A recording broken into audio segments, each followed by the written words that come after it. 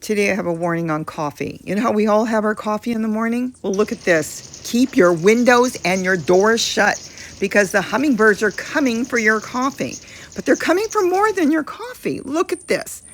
Can't even leave, they're so addicted to coffee. They're coming to the coffee makers. If you've got a coffee maker percolating away, make sure your windows are shut. Oh my goodness, with the thousands of hummingbirds we have here, they've now discovered that I have a coffee maker that runs in the morning to make my morning coffee. All kidding aside, that is a coffee maker. Can you see what he's doing? They are taking a bath on my coffee cup, and they can do it at your place too. Let's get right into this. Hi, it's Robbie from Southern California, and today I'm going to show you how to make a water fountain out of an old broken coffee maker. How many of you have got coffee makers that don't work anymore? You see somebody throwing one out in the trash? Well, you grab that, you get it out of the trash because your birds are going to absolutely love it. We're going to go over step by step how you can make one too. And well, just think when people come over and they look and they say, your coffee maker's got a hummingbird in it or a house finch or whatever, you're going to say, yeah, don't you give your birds coffee too in the morning? Let's get in, let's see how to make this, and you can see all the birds that have been using this coffee maker since I put it together. This has been so fun, such a blast, and such a conversation piece. So we're going to get into how I made this, but look at this. As I was testing this and just put the coffee maker on a stand, I walked in the house and a yellow rump warbler came. I rarely see them on the deck, trying to figure out how to get to it, but he did manage to get some water out of it. It's not even set up. And then a jonco came. We have very few joncos and I love them, and this has been a blast to see that the joncos would come to the coffee maker as well to get water. Now keep watching because you'll see the coffee cup keeps changing because I'm working on this. Now I used another coffee cup trying to figure out if it was too tall. It was perfect for the male house finch. He hopped right on as soon as I set this up to get some water. Still working on what kind of cup I want to use, which really helped me analyze that any cup would work as long as they have headroom. Then I tried a different coffee cup. Same thing, and I love the way all the birds have different methods of drinking. Some want to reach in, some want to stand on the edge, but it's just so cool. And another male house finch. I've had so many birds come to it, I couldn't figure out which footage to use in this video. It has been such a blast to work on, and I'm going to have a whole lot more. But my camera, that's the thing, they land down my camera sometimes if I'm not hand doing it, and they shut it off. Now this is a side view. I wanted you to see how cute this turned out. Since I'm not putting water in this reservoir, and we'll talk more about that as this goes on, I stuffed it with silk flowers and I used some blue there to represent water. But the cool thing is I can change this up as I want to. Now let's go inside, see how I put it together so this will give you an idea what to do with your coffee maker. So here's the coffee maker I found for $1 that I'm going to work on to put together a bird fountain. Now I'm speeding this up because it took me actually 30 minutes and a lot of it was strategizing.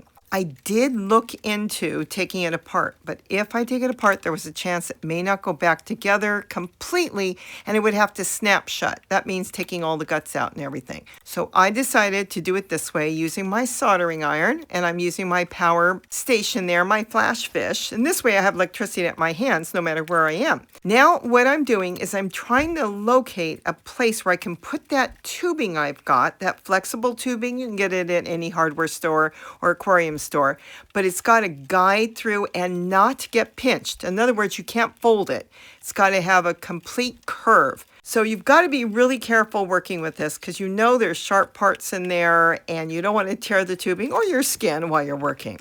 So it's a slow process of guiding the tube through. So it's going through the back. Now I've got to get it through the side. I'm not going to use the water reservoir as a water, for the fountain. That will be something separate at another time. What I'm trying to do is get that tubing from the back, through the side, through the top, and down the middle. You'll see as we go. Like I said, a lot of strategizing here, but you know what? We'll see. Was I successful? You know I was successful, but it did take time. So I had to work with getting that hole big enough so I can guide it through, and I had to miss everything that was inside. So it would kind of glide through all the guts of it, all the wires, the tubings, everything that's inside. And I had to get a pair of pliers, anything to break that hole bigger. It was really hard to burn through some of that plastic. It was really strong. So as you can see here, we're guiding it through again, and I'm bringing it through the back. So it's got to go through the side, and there it is. I'm almost got it. Got to bring it through the back. I got it. I couldn't believe it. I was so excited. That was a good start. Yes, sirree. Now, no cutting. We're not going to cut any tubing until we know 100% sure what we need. Now I'm going to go ahead and take some plastic off the reservoir because there's no other way to do it. Believe you me, I thought about it. So I've got to get my soldering iron in there, and I've got to make that hole bigger so this way the tubing will just bypass it. That's what we're going to do. So with that hot soldering iron, boy, I'll tell you, I love my flash fish. I use that all over the garden, all over for the fountains and everything for the hummingbirds that I make things. I have power at my hands anywhere I want. But anyways, getting back to this, I can heat up my soldering iron where I want it, and there it is. See, now I can just guide it through the side. Now, this was the tricky part. There was a lot of ways of doing it, but there was just so much going on that I would not be able to close it. So it wouldn't be closed, see? I've got to bring the tubing through the side, pass everything up, and be able to pinch it shut. And that was going to be the nightmare there. So after looking at it, decided we're just going to go for it. This was going to take time, and I did have to go slow because there are hinges in there, and we want to make sure the hinges don't snap. If they snap or break, I won't be able to shut it. I've got to bypass the hinges, anything else that's in there, and get the tubing to slide through. Again, we cannot pinch it. Now, if you're going to make one, every coffee maker is going to be a little bit different. If you could take everything out from the inside and have just a shell of a coffee maker, that would be perfect. And maybe if I had two the same, I would go for it, but I didn't want to take a chance. This was the only one I had to work with. So I decided this was the way we're going to go. So slowly, I was making that hole in hopes that I'll be able to guide the tubing through. And I'm trying to break out as much plastic, because you'll never see it anyways, until the tubing can go through. And look at that. I can still close it. We're almost there. Now we can put the reservoir back at any time. Again, we're not using that as the water for the fountain. The fountain is going to sit differently. You'll see when I set that up. But right now, this is there. Now, I don't have a top for the water reservoir. It didn't come with it, and that's fine. It's not important to me. I just wanted the coffee maker. I was so excited to get a coffee maker that I can work with. Now what I have to do is bring it through, and I want to make sure I have enough tubing, because if I cut this short and I have to try to guide it through, I will go nuts. So I'm going to pull it through the back and have all the excess behind me, not in front of me. See, I don't want to cut anything yet. Now we're going to slide it through. It does close, but I've got to get it down the spout where the water normally runs out. If I can't get it down there and keep it closed, then it's going to be a nightmare to try to set up. So I'm kind of guiding it through in hopes that I can get it through the hole. Now I've got to reach my hand in there and see if I can pull it through. This is actually the hardest part of the entire fountain, building it. And yes, I decided to put a mask on because I was burning way too much plastic in a room, and this would kind of help. Almost. It was really tight. There was no way to make the spout bigger. It was just, it couldn't work. I couldn't believe it. I got it. I now had the flexible tubing strung through all the holes I made and coming out the top there where the water would normally run out. Well, it would be your coffee coming out. So let's get a close-up of it so you can see what I did. So there I made the hole. I had to make it really big because it was kind of hitting something. So it had to be big enough to get past whatever was inside. It hit something. It wouldn't quite go, so I had to make it really big. Then I came through the top inside. Remember, I can't see what I'm doing in there. It's guiding through the back there. Then it's going through the side. See how we made the water tank the hole bigger, brought it through the side, inside, bypassed the hinges of the top, so it still opens and closes, and there it is. That is where the water is going to pour out. Now let's go get this set up. So here is how I ended up setting up the coffee maker. Now the bottom is a bus tray, and Gary got that years ago at a Smart and Final grocery store. Now I'm going to go ahead and test the pump here, and the stand, I'll talk about that in a second. Look at that, it works. Now it's time to put it together more in a permanent way. Okay, that plug is got to go. And I did end up cutting it off. Now the stand in the back is a plant stand that I bought at Walmart. I'm covering the legs with food-safe plastic bags, and I'm taping them on just on the top so it can hold the bag in place with frog painter's tape. I go inside to get something, and birds are coming already. Now what I did was I put this stand upside down on that mat, made a circle with the pen, a Sharpie pen, and then I cut out the center.